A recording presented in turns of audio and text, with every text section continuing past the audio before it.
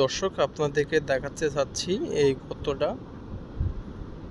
যারা পর্যটক বিচে গোসল করতে আসেন তারা অবশ্যই এই গর্তগুলি জোয়ারের সময় দেখা যায় না।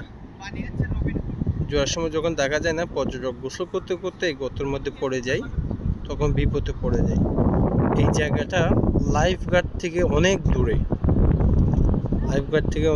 এই জায়গাটা হলে জলতরঙ্গ এবং সিগালের মাঝখানে এই গর্তটা। এটা হলো রিফ কারেন্ট, যেটা ট্রেনে মাঝখানে নিয়ে যায়।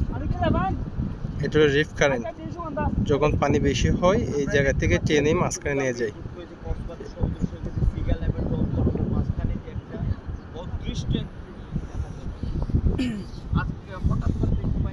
অবশ্যই যারা গোসল করতে আসবেন অবশ্যই লাইফ গার্ড এবং লোকাল যারা আছে তাদের সাথে কথা বলে গোসল করতে নামবেন এবং নিরাপদ জায়গায় গোসল করবেন।